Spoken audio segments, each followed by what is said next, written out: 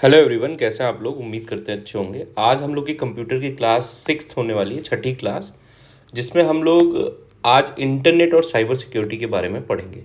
देखो, एक्चुअली में ये बहुत बड़ा टॉपिक है। अभी तक हम लोगों ने जो 5 क्लासेस की हैं, ये समझ लो कि 70% चीज़ें वहीं से कवर हुई हैं। 2025 का क्वेश्चन आप देखेंगे तो अब ये टॉपिक बहुत बड़ा है, इसमें बहुत सारी चीज़ें आपको समझनी पड़ेंगी, इसलिए इसको हम दो पार्ट में बनाएंगे। ये पार्ट 1 है और एक पार्ट 2 आएगा, जिसमें और बाकी जो चीज़ें बच जाएंगी वो और क्वेश्चंस।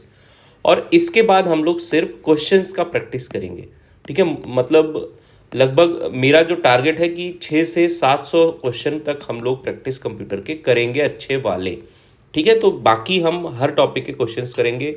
शॉर्टकट कीज़ वगैरह मैं आपको भेज दूंगा टेलीग्राम पे, वहाँ से आप पढ़ लीजिएगा। ठीक है, और अगर अब आप चैनल पे नए हैं तो चैनल सब्सक्राइब कर लीजिए, टेलीग्राम चैनल ज्वाइन कर लीजिए, वहाँ पे पीडीएफ इसकी मिल जाएगी।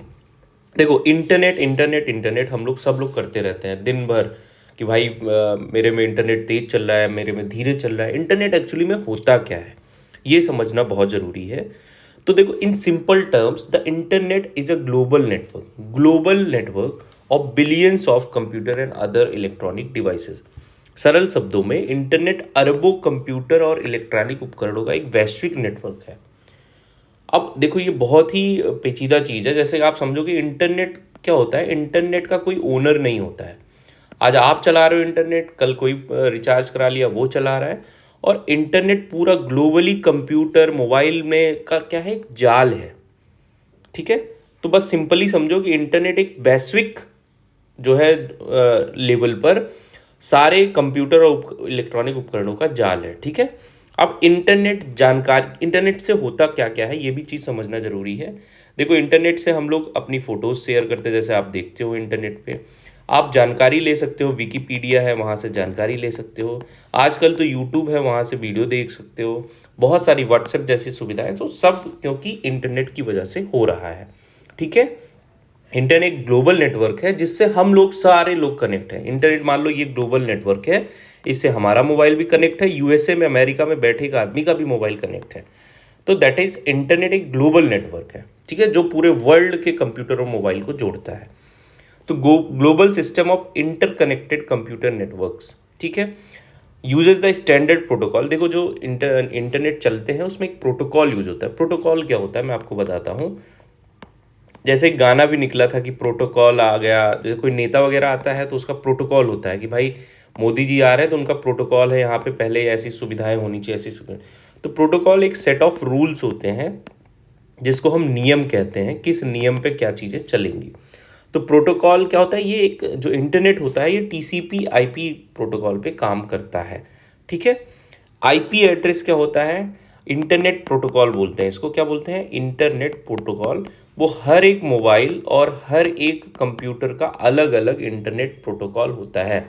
जैसे आप कंप्यूटर चलाएंगे तो 10.3.222 देखते हैं, तो वो आईपी एड्रेस होता है। हर एक मोबाइल, हर एक कंप्यूटर का आईपी एड्रेस अलग होता है। ठीक है, internet connectivity is provided by, अपने यहाँ इंटरनेट कनेक्टिविटी जैसे बीएसएनएल जो गवर्नमेंट वाला है, भारत संचार निगम लिमिटेड, एयरटेल, जियो है। अभी जो जब से जियो आया तब से हम लोग को इंटरनेट बहुत भरपूर तरीके से मिल रहा है। फिर वीआई, वोडाफोन आइडिया मिल गए हैं, तो ये वीआई हो गया। तो इंटरनेट आपको एक मोटा मोटा समझना चाहिए कि ये क्या है, कि कंप्यूटर और मोबाइल के नेटवर्क का एक समूह है। ठीक है, ये चीज़ समझना चाहिए। परस्पर जुड़े नेटवर्क की एक वैश्विक प्रणाली। लोग कह रहे थे कि हिंदी में सर आप पीछे देते हैं, तो इस बार मैंने इंग्लिश में भी और हिंदी में साथ में सारी चीज़ें दी हैं। इंटरनेट का हिस्ट्री पढ़ते हैं तो 1969 में एप्रानेट, भाई इसका फुल फॉर्म याद कर लेना, पूछा जाता है। और कब आया, 1969 में। Advance research project agency was the first network of the world. पहला नेटवर्क था एप्रानेट, जो क्या था, first network of the world. Email जो आया वो कौन लाया, 1971 में रे टॉमिल्सन नाम के एक आदमी ने ईमेल नामक चीज़ बनाई। ठीक है, 1983 में TCP IP become the standard communication method for ARPANET. TCP IP जो है, transfer control protocol, IP internet protocol, ये एप्रानेट का जो है कम्युनिकेशन मेथड बना 1983 में। और 1989 में वर्ल्ड वाइड वेब कंसर्टियम का खोज हुआ। ठीक है, या www.c। 1990 से 91 में पहला वेब ब्राउज़र आया जिसको हम कहते हैं, ठीक है, किन्होंने बनाया था, called world wide web, created by sir Tim Berners Lee ने पहला जो है www की खोज किसने की, तो ये करी थी टिम बर्नर्स ली ने। और 1995 में इंटरनेट लॉन्च हुआ इंडिया में VSNL के द्वारा, ठीक है। तो ये चीज़ याद रखना, इंडिया में कब आया, 1995 में। www की खोज किसने की, सर टिम बर्नर्स ली ने। किसने की, सर टिम बर्नर्स ली ने, ठीक है। वही चीज़ हिंदी में भी लिखी, यहाँ पे पढ़ सकते हो। अब डोमेन नेम क्या होता है, ये चीज़ बहुत ज़रूरी है। डोमेन नेम क्या होता है, use to identify services provided through the internet such as website, email services and more, ठीक है। तो क्या करता है कि डोमेन नेम क्या होता है कि जो सर्विसेज, यहाँ पे हिंदी में देखो, इंटरनेट के माध्यम से प्रदान की जाने वाली सेवाओं जैसे वेबसाइट, ईमेल और अन्य की पहचान करने के लिए, जैसे आप लिखते हो gmail.com, ठीक है। तो ये जो .com लिखा है ये क्या है, डोमेन है। अब ये आपको बताएगा कि ये वाली वेबसाइट की सर्विस कौन प्रोवाइड कर रहा है, ठीक है। जैसे ssc.gov.in लिखते हो आप, तो ये आपको प्रोवाइड करता है डोमेन की भाई ये किसकी वेबसाइट है, कौन सेवाएं दे रहा है इसकी। तो इंटरनेट के माध्यम से प्रदान की जाने वाली सेवाओं जैसे वेबसाइट, ईमेल सेवा, उनकी पहचान करने के लिए उपयोग किया जाता है। समझ गए ना। तो डोमेन मतलब क्या होता है कि आपको पता चलेगा कि ये कौन, किस कंपनी जो है कौन इसकी सर्विस प्रोवाइड कर रही है। दो टाइप के डोमेन होते हैं, टॉप लेवल डोमेन और sub domain. Top domains are standard URL. URL क्या होता है, इसका भी full form uniform resource locator. ये सब हम एक जगह करके आपको दे देंगे, यूनिफॉर्म रिसोर्स लोकेटर। देखो यूआरएल क्या होता है, जैसे मैंने लिखा कि cwd.com, ये आप लिखते नहीं, जैसे मान लो आप लिखे crickbuzz.com, तो ये क्या है, एक यूआरएल है, यूनिफॉर्म रिसोर्स लोकेटर, जो आपको इस वेबसाइट पे ले जाके छोड़ देगा। मतलब जब आप इसको सर्च करोगे तो आपको इस वेबसाइट की ये यूनिफॉर्म, मतलब एक सिंगल यूनिफॉर्म मतलब क्या होता है कि मतलब ये इसको लोकेट करेगा, ठीक है। Sub domains are unique URL that live on purchase domain, जो परचेज डोमेन पे रहते हैं। तो जो भी जैसे .com वगैरह है, .in है, ये सब क्या है, आपके टॉप डोमेन्स है। और जो सब डोमेन है जैसे support.abc, अब जैसे मैं लिखूं cwd.com, crackWithDrivesh.com, अब इसमें मैं लगा दूं सपोर्ट, अब ये सपोर्ट टीम का हो गया, मतलब ये हमारा ही डोमेन है, बस इसका सब डोमेन है, ठीक है। तो इसको हम सब डोमेन कहते हैं। तो डोमेन और सब डोमेन में आपको अंतर समझ में आ जाना चाहिए। लिस्ट ऑफ डोमेन्स देखो, .com जो होता है ये कमर्शियल ऑर्गेनाइजेशन के लिए होता है, .org नॉन प्रॉफिट ऑर्गेनाइजेशंस के लिए, .info इंफॉर्मेशन सर्विस प्रोवाइडर के लिए, .edu एजुकेशन इंस्टीट्यूशन के लिए, .gov गवर्नमेंट वेबसाइट के लिए, .def डिफेंस वेबसाइट के लिए, .co.in commercial in India, .in लग गया तो दैट इज इन इंडिया हो गया, ठीक है। .net network centres, .mil military of defence, ठीक है। इतनी चीज़ें आपको समझ में आ जानी चाहिए, वही चीज़ हिंदी में भी दिया है, आप पढ़ लेंगे, ठीक है। हिस्ट्री ऑफ डोमेन्स दिया गया है, इसको पढ़ लीजिएगा, ठीक है। तो आप इसको समझ जाएंगे। फैक्ट्स, अब कुछ फैक्ट के बारे में हम लोग बात करते हैं, महत्वपूर्ण तथ्य। इंटरनेट पर देखे जाने वाले इलेक्ट्रॉनिक पेजों को वेब पेज कहते हैं। जैसे आप सर्च करते हो वेब पेज किसको कहते हैं, तो जो चीज़ आपके दिमाग में घुसनी चाहिए पहली, वेब पेज किसे कहते हैं, वेबसाइट किसे कहते हैं, और HTML किसे कहते हैं। तो वेब पेज, जैसे आपने मान लो कोई वेबसाइट खोली, ठीक है, जैसे मान लो आपने खोला कोई भी वेबसाइट, मान लो मेरा ही खोला cwd.com, वैसे मेरा अभी वेबसाइट नहीं है, तो इस वेबसाइट को आपने खोला। अब स्टार्टिंग में जो पेज आपको ओपन करने पे दिखा उसे हम कहते हैं वेब पेज। क्या कहते हैं, वेब पेजेस, ठीक है। वेब मतलब आप जो इंटरनेट पे पेजेस देख रहे हो उसे हम कहते हैं वेब पेजेस। या आप विकिपीडिया पे कुछ भी सर्च कर रहे हो, कोई पेज आया, मान लो आपने सर्च किया इंडिया के बारे में, तो इंडिया के बारे में जो इन्फॉर्मेशन पेजेस में आती हैं that is called web page. अब जिस वेबसाइट पर बहुत, मान लो कि जब आपने इंडिया पे के बारे में कुछ सर्च किया विकिपीडिया पे, तो विकिपीडिया आपकी एक वेबसाइट हो गई, उस पर जाके आपने बहुत सारे वेब पेजेस देखे। और वेब पेज किस भाषा में लिखा जाता है, उसको हम HTML hyper text markup language के रूप में लिखा जाता है। उसकी कोडिंग होती है, जो आपको अक्षर दिखते हैं वो अक्षर नहीं होते एक्चुअली में, उसकी कोडिंग की जाती है, ठीक है। तो ये सारी चीज़ें हैं।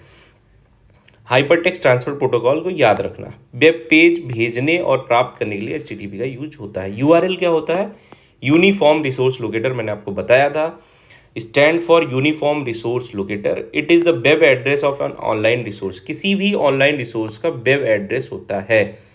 ठीक है, जैसे मैंने बोला CWD.com, तो ये क्या है? वेब एड्रेस है और ये एक URL है जो आपको इसी वेबसाइट पे लेके जाएगा। ठीक है, इसीलिए कहते हैं नहीं कि हमेशा डोमेन सही लिखोगे तो वेबसाइट सही जाओगे। जैसे ये इन्होंने बताया है ये, ठीक है, RVLearning.com।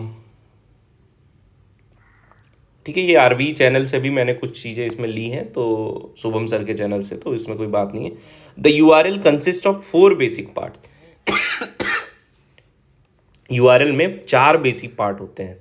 एक namely, server type, host name, folder name. इतना डिटेल में आपको पढ़ने की जरूरत नहीं, लेकिन यहाँ से मोटा मोटा आपको समझ लो। देखो, एक HTTP लिखा रहता है, ये क्या है? इन जो लिखा है ये सर्वर टाइप है, सॉरी, या होस्ट, और ये जो लिखा है रेडिफ, ये होस्ट नेम है, मतलब कौन होस्ट कर रहा है। .com डायरेक्टरी है और ये फाइल नेम है इसकी। ठीक है, तो ये .com जो आप देखते नहीं कि वो क्या मतलब डोमेन है, वो भी डोमेन है। तो यूनिफॉर्म रिसोर्स लोकेटर के बारे में यहाँ पे लिखा है। प्रोटोकॉल्स क्या होते हैं? प्रोटोकॉल अभी मैंने आपको बताया था। Protocols use for mail delivery are POP, IMAP, SMTP।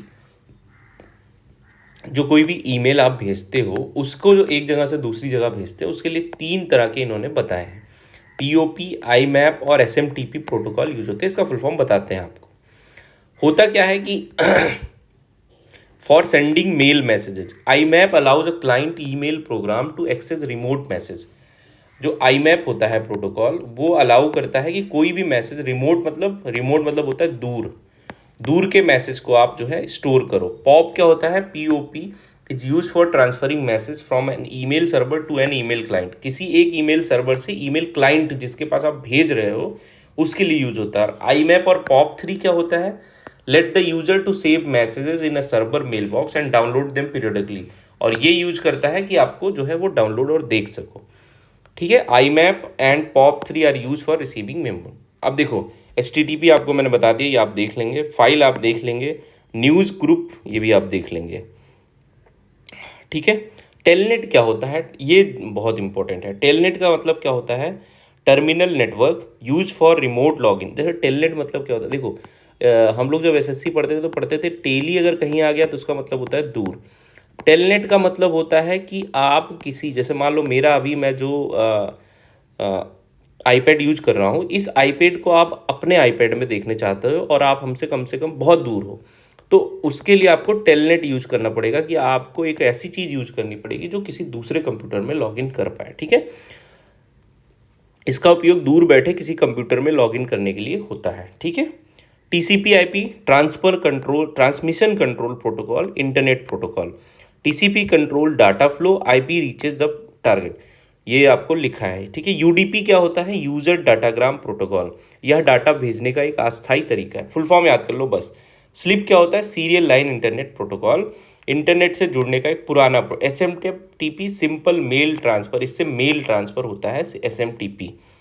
ठीक है, PP क्या होता है? Point to point protocol, important है, याद कर लेना। SMTP simple mail transfer protocol, PPP point to point protocol, WW world wide web, SNMP simple network management protocol, POP post office protocol, DNS domain name system. ठीक है, domain name system या website के नामों जैसे कि IP address में बदलता है, तो ये समझ ले। वेब क्या होता है? Wireless application protocol. IMAP क्या होता है? Internet message access protocol. ये सारी चीज़ें आपको याद करनी है। प्रोटोकॉल वही चीज़ हिंदी में है, इसको आप याद करेंगे, पढ़ेंगे। अब हम लोग अगले टॉपिक पे चलते हैं, वेब ब्राउजर।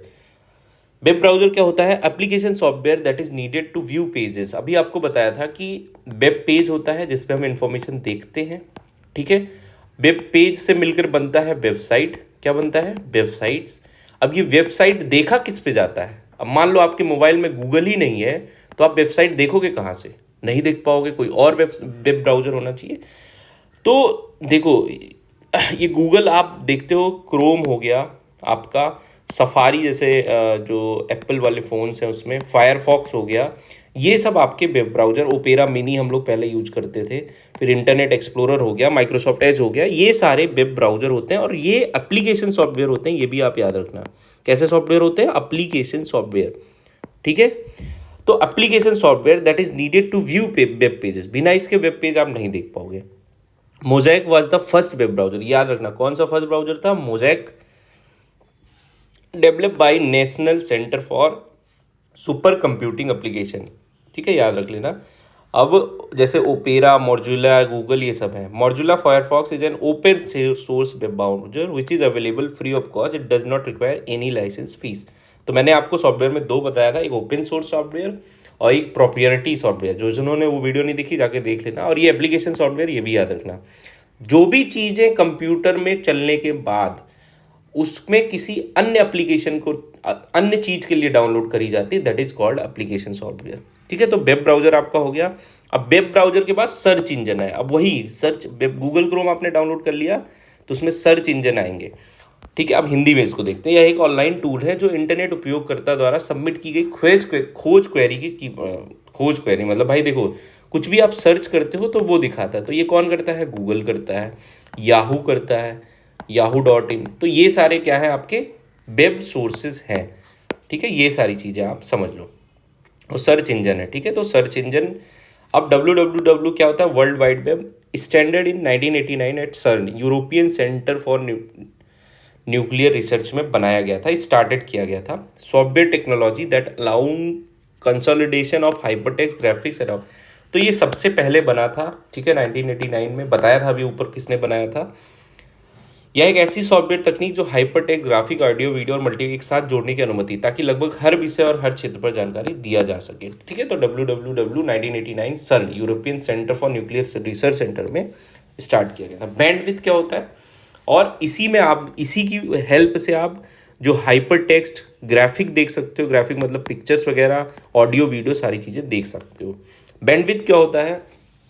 तो the number of bits transfer by a channel per unit time is called bandwidth.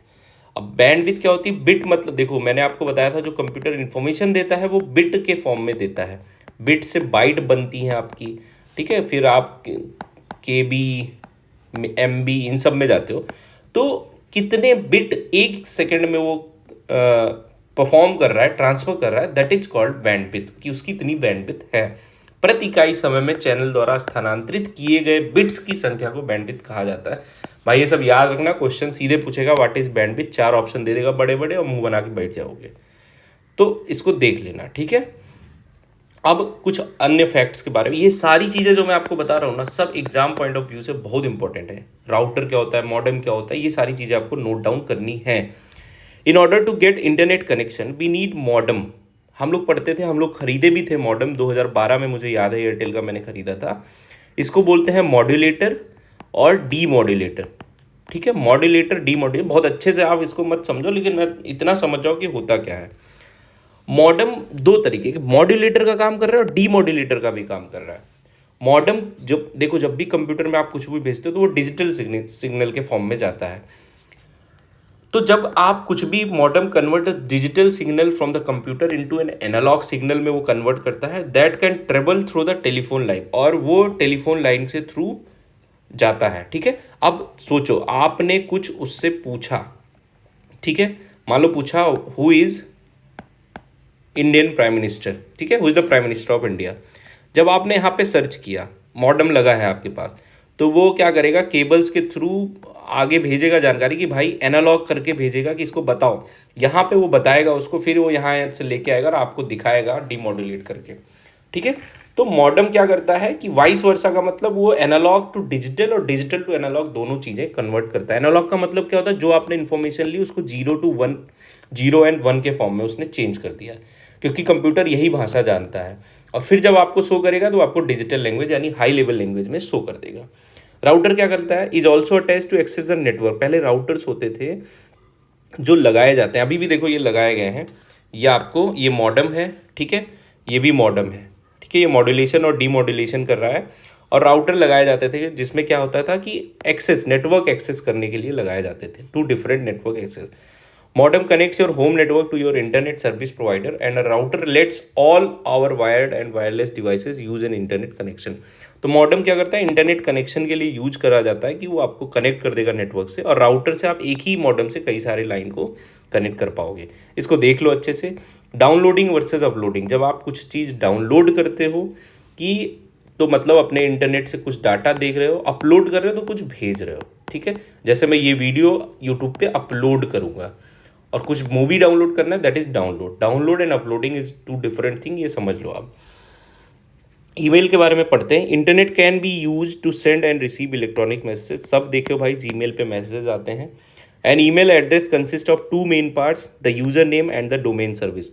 जैसे मेरी मान लो यहाँ पे cvd123@gmail.com है, तो cvd123 ये मेरा क्या है, यूज़र नेम, और ये मेरा क्या है, डोमेन नेम, ठीक है। तो ये हो गया आपका ईमेल, इंटरनेट का उपयोग, और ये ऊपर बता दिया था कि कहाँ से होता है। अब ईमेल को मैनेज कैसे किया जाता है, ये चीज़ें समझने की बात है। Email management involve the systematic control of the quality and quantity of electronic message that are send from within and received by organisation. तो किसी भी ऑर्गेनाइजेशन के द्वारा भेजे गए, आपने भेजा, उसको जो मैनेजमेंट हम करते हैं, that is called email management. Email allows users to send information in letter format. Letter के फॉर्म में आप भेज सकते हो, उसमें आप टेक्स्ट डिफरेंट टाइप के यूज कर सकते हो, मल्टीमीडिया यूज कर सकते हो, फोटोज़ एंड वीडियोज़ भी भेज सकते हो। हम लोग के टाइम में ईमेल से ही काम होता था, व्हाट्सएप नहीं था तब, मतलब हम लोग उतना नहीं यूज किए हैं। अब कंपोज एन ईमेल कैसे हम बनाते हैं, तो क्या बहुत सिंपल है, आप सभी जानते हो कि जीमेल पे जाओ, go to the gmail.com, at the top left, यहाँ पे ये टॉप लेफ्ट है सपोज करो, क्लिक ऑन कंपोज, यहाँ एक बटन होगी कंपोज की, यहाँ पे आपको दबा देना है। इन द टू मतलब किसको देना है, जहाँ पे टू लिखा आएगा तो टू किसको देना है, मान लो मुझे देना है sdrivesh@gmail.com आपने लिख दिया। In the top to add a subject, आपको सब्जेक्ट ऐड करना पड़ेगा फॉर कंप्यूटर, और उसके बाद फिर आप नीचे जो बॉडी वाला पार्ट आएगा उसे आप, तो ठीक है, तो सेंडर का आप जिसको भेज रहे हैं रिसीवर का एड्रेस चाहिए, सब्जेक्ट चाहिए, सब्जेक्ट नीचे होता है, सब्जेक्ट चाहिए, फिर यहाँ पे बॉडी होती है जिसमें जो कुछ भी लिखना है, और यहाँ अटैचमेंट के लिए भी होता है, तो कुछ भी अटैच करना चाहो तो आप कर सकते हो। ये बहुत ज़रूरी है। BCC क्या होता है and CC, blind carbon copy and carbon copy, बहुत इंपॉर्टेंट है, याद रखना। Through BCC and CC we can include more people as recipient any. तो एक ही ईमेल को बहुत लोगों को भेजने के लिए हम BCC एंड CC यूज करते हैं। CC is use when you want to send content to a particular recipient for whom it is bind. किसी पर्टिकुलर रिसिपिएंट के लिए आप भेजना चाहते हो जिसके लिए वो ज़रूरी है, और other recipient also aware of that content, ठीक है, मतलब उससे वो अवेयर तो हो कि भाई यहाँ कंटेंट है, लेकिन वो देख ना पाए उसको, ठीक है। तो इस CC को हम जो है, CC मतलब कार्बन कॉपी है, जो आप किसी पर्टिकुलर आदमी को भेज रहे हो, लेकिन देख सब लोग रहे हैं उसको। The only difference between CC is that we can see the list of recipient when CC is used, while we shall not be able to see that someone else has been sent a copy of email in the case of BCC में नहीं देख पाओगे, इसमें देख लोगे कि भाई किस किस के पास हमने देखा है, भेजा है। अच्छे से पढ़ो इसको फिर से एक बार, ठीक है। BCC का अर्थ ब्लाइंड कार्बन, BCC और CC के माध्यम से हम ईमेल और लोगों को प्राप्तकर्ता के रूप में जोड़ सकते हैं। CC का उपयोग, इसका इस्तेमाल तब किया जाता है जब आप किसी खास व्यक्ति को ईमेल भेज रहे हो, लेकिन साथ ही दूसरे लोगों को भी उसकी जानकारी होगा, मतलब लिस्ट दिखा दोगे कि हमने इतने लोगों को ईमेल सर भेज दी है, ठीक है, लेकिन देखेगा उसको एक ही आदमी। मुख्य CC का उपयोग करने पर सभी प्राप्तकर्ता एक दूसरे की ईमेल आईडी देख सकते हैं, वहीं BCC का उपयोग करने पर किसी को पता नहीं चलेगा कि आपने ईमेल की कॉपी कहाँ भेजी है, सूची छिपी रहती है। ओके, मतलब इसमें सभी लोग देख लेंगे और ये भी पता चल जाएगा कि भाई किस किस को भेजी गई है CC में, और BCC में नहीं पता चलेगा किस किस को भेजी गई है, ठीक है। ये चीज़ है। ईमेल की विशेषताएं, इनबॉक्स होता है जहाँ पे आप सारे मैसेज देख सकते हो, सिग्नेचर कर सकते हो, ये सारी चीज़ें आप देख लो, आपको पता है। अटैचमेंट कर सकते हो, कुछ भी आप जो है अटैच कर सकते हो यहाँ से, ठीक है। नेविगेशन मेन्यू होती है, ड्राफ्ट्स होता है, कोई चीज़ आप सेव कर सकते हो बना के जो नहीं हुई। स्पैम क्या होता है, हमें अपने इनबॉक्स में जंक या स्पैम ईमेल मिल सकते हैं जिसमें वायरस या घोटाले हो सकते हैं। ये ईमेल आमतौर पर स्पैम फोल्डर में संदिग्ध ईमेल के रूप में फिल्टर हो जाते हैं। फिर ट्रैश होता है, अगर हम कोई ईमेल डिलीट करते हैं तो वहाँ पे जाके हो जाता है। This removes email from the inbox but does not delete them. Archive करते हैं तो वो ईमेल के इनबॉक्स से हटा देता है, लेकिन वो आर्काइव में पड़ा होता है, डिलीट नहीं करता है। फॉरवर्ड क्या होता है, जब कोई आपको मैसेज भेजता है उसी मैसेज को आप दूसरे रिसीवर के पास भेजते हैं, that is called forward. Reply, जब आपको कोई, ये तो आपको पता है, रिप्लाई ऑल, ये सब आप पढ़ लेना, ठीक है। ईमेल के common protocols, SMTP simple mail transfer protocol जो सेंडिंग ईमेल्स के लिए यूज होता है। पॉप 3 जो post office protocol receiving email के लिए होता है। IMAP internet message access protocol जो accessing email stored on a mail server, किसी मेल सर्वर पे जो ईमेल होता है उसको देखने के लिए, ठीक है। अब कुछ चीज़ें हैं जो हमको पढ़नी चाहिए। ई बैंकिंग, ठीक है, और ये भी बहुत इंपॉर्टेंट है, आपको देखना है इसको। तो चलिए देखते हैं ई बैंकिंग क्या होता है। आजकल बहुत हम लोग सुनते हैं ई बैंकिंग के बारे में। Product designed for the purpose of online banking that enable you to have easy and safe access to your bank account. कोई भी प्रोडक्ट, ठीक है, मतलब ई बैंकिंग क्या है, ऐसा बनाया गया कि जो आप अपने बैंक अकाउंट के माध्यम से उसका जो है लेन देन कर सकते हो। Major type of e banking include online internet banking, mobile banking, automated teller machine, debit and credit card. इसको हम कहते हैं, आप डिफरेंट टाइप ऑफ ट्रांजेक्शन अपने बैंक से रिलेटेड अपने घर पे बैठ के आप कर सकते हो, that is called e banking, ठीक है। अपने खाते से रिलेटेड काम जो भी आप अपने घर पे बैठ के कर सकते हो, that is called e banking. अब एक चीज़ आपने सुना होगा कि नेफ्ट कर दो, भाई 1 लाख भेजना है, नेफ्ट कर दे मेरे को, ठीक है। तो नेफ्ट क्या होता है, nation wise payment system facilitating 1-to-1 funds transfer. ये गवर्नमेंट की तरफ से है कि आप किसी एक से दूसरे को ट्रांसफर फंड कर सकते हो। Individual firm and corporate can electronically transfer fund from any bank to any individual form, और किसी भी बैंक से किसी को। Even such individual who do not have bank account, अगर किसी के पास बैंक अकाउंट नहीं है तो walk in customer can also deposit cash at the NEFT enabled branches to transfer fund using NEFT. NEFT stand for national electronic fund transfer, याद रखना। Maintain by government of India and RBI. Takes around 2 घंटे लगते हैं आपके पैसे भेजने में, ठीक है। ज़्यादा पैसे भेजने के लिए नहीं, तुम तो कहोगे हम तो 2 सेकेंड में भेज देते हैं, हाँ, लेकिन ज़्यादा पैसे भेजने तो यहाँ से भेजा जाता है। आरटीजीएस क्या होता है, इसको हिंदी में देखते हैं। अब हम लोग हिंदी पढ़ते हैं थोड़ा। आरटीजीएस क्या होता है, आदेश के आधार पर व्यक्तिगत रूप से फंड ट्रांसफर का निरंतर निपटान बिना नोटिंग के। इसका अर्थ है निर्देशों को प्राप्त होते ही प्रोसेस करना, ना ही कुछ समय के बाद। रियल टाइम मतलब जैसे ही आपको मिले तुरंत आप फंड का निपटान, सेटलमेंट। आरबीआई की पुस्तकों में इसलिए वे अंतिम और अपरिवर्तनीय होते हैं। यह प्रणाली बड़े मूल्य के लेन देन के लिए न्यूनतम राशि 2 लाख है। भाई हिंदी थोड़ा इंग्लिश देखना पड़ेगा अपने को। क्या कह रहा है कि continuous settlement of fund transfer individually on an order basis, ठीक है, एक किसी के ऑर्डर पे। It means processing of instruction at the time they are received rather than at some time later. जैसे ही वो इंस्ट्रक्शन मिलेगा तुरंत वो पैसा भेज देगा। Fund settlement takes place in the book of RBI, तो ये इरिवोकेबल नहीं होता है। तो बड़े बड़े ट्रांसफर जो होते हैं 2 लाख या 2 करोड़ वाले ट्रांसफर यहाँ से होते हैं, ठीक है। ईसीएस पढ़ लेना, फुल फॉर्म पढ़ लो बस। Electronic clearing system, immediate payment system. IMPS offer an instant 24/7 hour interbank electronic fund transfer through mobile phones. IMPS emphatic tool to transfer money instantly within banks across the India through mobile internet, and which is not only safe but also economical both in financial। immediate payment system जो mobile से आप कर सकते हो, ठीक है। तो ये सारी चीज़ें हिंदी में भी हैं, ये आप देख लो भाई। अब ये वाला पोर्शन हम लोग अगले क्लास में करेंगे, नेटवर्क एंड साइबर सिक्योरिटी। इसमें बहुत सारी चीज़ें हैं जहाँ से क्वेश्चंस आते हैं, जैसे आपका सिग्नल्स क्या होते हैं, कंप्यूटर नेटवर्क्स क्या होते हैं, लैन क्या होता है, मैन क्या होता है, उसके बाद वायरसेस क्या होते हैं, फिर क्वेश्चंस भी हैं लास्ट में जो हम क्वेश्चंस करेंगे, ठीक है। इसमें क्वेश्चंस भी बहुत सारे हैं तो हम क्वेश्चंस का भी प्रैक्टिस करेंगे। तब तक इतनी देखिए, और PDF मैं अगली क्लास के बाद दूंगा, ठीक है। चलिए पढ़ते रहिए, ऑल द बेस्ट।